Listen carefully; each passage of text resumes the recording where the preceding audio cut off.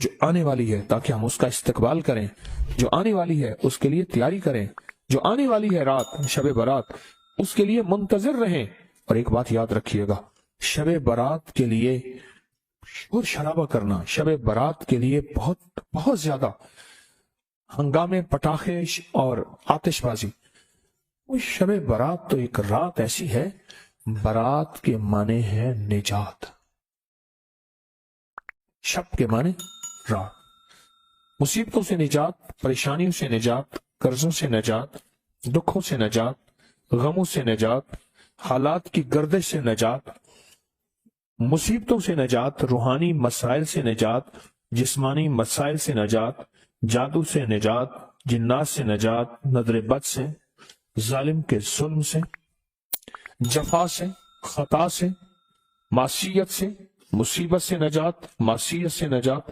یہ تو شب برات ہے، شب برات تو نجات ہے اس کی۔ سوچیں اس میں کیا کرنا ہے۔ اور ابکری نے آپ کے ہاتھ میں کوئی کاغذ دیے ہیں؟ یہ کاغذ آپ اس کو سوچیں، پچھلے درس میں دیے، یہ کاغذ کس کے پاس نہیں ہے؟ جس کے پاس نہیں ہے وہ دیکھ، استقبالیہ پہ پڑھا ہے، خواتین بھی مرد بھی۔ اس کاغذ کو غور سے پڑھیں کہ شب برات میں جو 15 شعبان میں ہونا کیا ہے، اور کون کون سے روحانی پیکج پچھلے سال ہوئے تھے، کون کون سے روحانی پیکج پچھلے سال ہوئے تھے، اور لوگوں کے بخت اور نصیب اور مقدر پر گئے،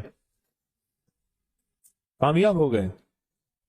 یہ آپ کو جو پیکج دیے ہیں، یہ 15 شعبان کو، اور یہ آپ کو ملے ہیں، بڑی قیمتی چیزیں ہیں۔ یہ کاغذ پڑھیں، اس کو پھر دیکھیں، حضرت خضر علیہ السلام کا تحفہ ملے گا، نیلے دھاگے کی شمیز یا مرد کے لیے بنیان، کہ نیلے دھاگے کو ہماری زندگی، نیلے کپڑے کو، نیلے رنگ کو ہماری زندگی کے ساتھ کیا دخل ہے، کیا دخل ہے، کیا دخل ہے۔ اور روحانی جانثاروں کی الوداعی دعا، اور یہ ایک ڈبیا ہے، اس میں ایک خاص کنکر ہے، اس کو صرف بس توے پہ رکھ دینا ہے، اس میں خاص نقش بنے ہوئے ہیں اور بڑی محنت کی ہوئی ہے۔ یہ دیکھیں کہاں کہاں بھاگ دوڑ کر کے تسبیح خانے کی خدمت والے، میں بھی اس میں شامل، کہاں بھاگ دوڑ کر کے کون سی چیز کہاں سے بنواتے ہیں، کون سے نقش کہاں سے چھپواتے ہیں، اور اس کے اوپر اس کو پرنٹ نقش کرواتے ہیں جو اندر سٹیل کے اندر چلے جائیں۔ آپ خود سوچیں، یہ سفید کپڑے کا عمل اور چھری کا عمل ہے، بہت کمال عمل ہے۔ یہ پچھلے سال بھی دیا، ہفتہ نہیں گزرا، اور لوگوں کے نتائج اور لوگوں کے ریزلٹ اور لوگوں کی دعائیں اور لوگوں کی جھولیاں اٹھا کے کہ بھلا ہو آپ کا، کہ آپ نے ہمارے ساتھ کیا بھلا کر دیا، کیا مہربانی کر دی، اتنا آپ نے ہمارا بھلا کر دیا۔ لوگوں کی دعائیں شروع ہو گئیں، اور دنیا میں یہ عمل پھیلا، اور یہ آگے چھری کا اور سٹیل کا عمل ہے، پلیٹ کا عمل ہے، سٹیل کی پلیٹ کا عمل ہے۔ اب ایک کام کریں، چھری اور پلیٹ دو چھریاں، ایک پلیٹ، دو، اور یہ ڈبی اور یہ کپڑا اور یہ کاغذ، یہ ساری چیزوں کا ریٹ بازار سے لگوائیں گے، دیکھیں کتنے کا بنتا ہے۔ ابکری والے کتنا کما رہے ہیں، ذرا بازار سے اس کا ریٹ ضرور لیجئے گا کہ ابکری والے اس کو بیچ رہے ہیں، کتنی تجارت ہے یا کتنی زیارت ہے یا کتنا نفع ہے، بازار سے پوچھئے گا۔ ایک چھری کتنے کی ہے، ایک پلیٹ کتنے کی ہے، ایک کپڑا کتنے کا ہے، پھر اس کی پرنٹنگ کتنی کی ہے، پھر پلیٹ کے اوپر لیزر پرنٹ ہے، وہ لیزر پرنٹنگ کتنی مہنگی ہے، ڈبیوں کے اوپر لیزر پرنٹنگ کتنی مہنگی ہے، نقش چھپے ہوئے ہیں، چھریوں کے اوپر لیزر پرنٹنگ ہے، نقش چھپے ہوئے ہیں۔ بازار سے پتہ کر لیجئے گا، بازو کا دل ہے اندر، شیطان کوئی کروٹ لے لیتا ہے وسوسے کی، شک کی، بدگمانی کی۔ ابھی سے تیاری ہے کہ شب برات آ رہی، اور میں نے برات کے معنی کیا ہے، نجات کے، میں نے انشاءاللہ اس رات کو اللہ اس کے حبیب کے جو وعدے ہیں نا، اللہ اور اس کے حبیب کے جو وعدے ہیں ان وعدوں کو انشاءاللہ لینا ہے اور ان وعدوں کی برکتیں لینی ہیں اور ان وعدوں کی خیریں لینی ہے. جہنم سے نجات، قرضوں سے نجات، نحوست، ظلمت اس سے نجات، بے برکتی سے نجات، اور میرا کاروبار برباد ہو رہا یا میرا گھر پریشان ہے اس سے نجات. ان چیزوں سے نجات ہے. حدیث میں آتا ہے صدیق اکبر رضی اللہ تعالیٰ عنہ فرماتے ہیں کہ جب ماہ شعبان کی 15ویں رات آتی ہے اللہ جل شانہ آسمان دنیا پہ تشریف لاتی ہے. پہلے آسمان پہ نیچے آ جاتے ہیں، اپنا تخت لاتے ہیں، سوائے مشرک کے اور کسی سے بغض اور اناد رکھنے والے کے، باقی سب کو معاف کر دیتے ہیں. بغض اور اناد رکھنے والا کسی سے اگر ہے بھی، بیٹھے بیٹھے معاف کر دو، بیٹھے بیٹھے دل صاف کر دو، بیٹھے بیٹھے معاف کر دو، بیٹھے بیٹھے دل صاف کر دو. اللہ تعالیٰ سب کو معاف کر دیتے ہیں. اور عائشہ صدیقہ رضی اللہ تعالیٰ فرماتی ہے میرے آقا نے اس رات میں اتنا لمبا قیام اور پھر آپ نے سجدہ فرمایا حتیٰ کہ میں نے آپ کا انگوٹھا مبارک پکڑ کے دیکھا کہ شاید آپ اس دنیا سے رخصت ہو گئے. نماز سے فارغ ہوئے تو آپ نے پوچھا عائشہ کیوں؟ میں آقا آپ فرمائے یہ 15ویں شعبان کی، یہ شعبان کی 15ویں رات ہے. اللہ پاک شعبان کی 15ویں رات اپنے بندوں پہ جلوہ گر ہوتے ہیں اور مغفرت مانگنے والوں کی مغفرت، رحم مانگنے والوں پہ رحم، مغفرت مانگنے والوں کی اور رحم مانگنے والوں پہ رحم. اور جس پہ رحم آ گیا تو اس کے تو کام بن گئے. دولت اسی کی، رزق اسی کا، صحت اسی کی، سجدے اسی کے، دعا اسی کی، کرم اسی کا، فیض اسی کا، عطا اسی کی، شفقت اسی کی، جس میں رحم آ گیا. لیکن فرمایا جو کسی سے حسد کرتا ہے، بغض کرتا ہے، عناد کرتا ہے اور کسی اس کے بارے میں فرماتے ہیں اللہ کہتے ہیں اس کو چھوڑ دو، اللہ کہتے ہیں اسے چھوڑ دو. پھر شعبان خود، یہ مہینہ خود اللہ سے فریاد کرتا ہے. عجیب بات سنیں غور سے، یہ مہینہ خود اللہ سے فریاد کرتا ہے اے اللہ آپ نے مجھے 2 عظیم مہینوں کے درمیان رکھا. کون سا؟ پیچھے رجب ہے، آگے رمضان ہے. میرے لیے کیا چیز ہے؟ اللہ فرماتے ہیں میں نے تیرے اندر قرآن کی تلاوت رکھی ہے، بس تیرے اندر سب کچھ یہی ہے. اور پھر فرمایا کہ اس کو لیلۃ المبارک کہتے ہیں 15 شعبان کو.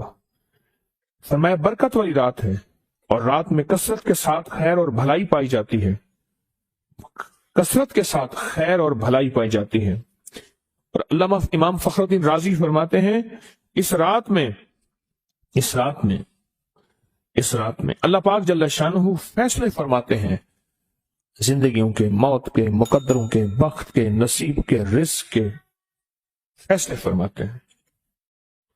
اور علی کرم اللہ وجہ فرماتے ہیں سن لو مجھے وہ شخص بہت پسند ہے جو اپنے آپ کو ان 4 راتوں کے لیے فارغ کر لے.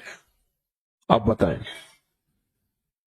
مجھے وہ شخص کیا ہے جو اپنے آپ کو ان 4 راتوں کے لیے فارغ کر لے. کون سی رات؟ ایک عید الفطر کی رات، رمضان کا چاند نظر آیا اور صبح، اس کو لیلۃ الجائزہ کہتے ہیں. دوسرا عید الضحیٰ کی رات، اللہ اکبر. اور تیسرا 15 شعبان. اور چوتھا رجب کی پہلی رات. آئندہ سال انتظار کیجئے گا. رجب کا چاند نظر آیا اور رجب کی پہلی رات تسبیح، وظیفہ، ذکر، اعمال.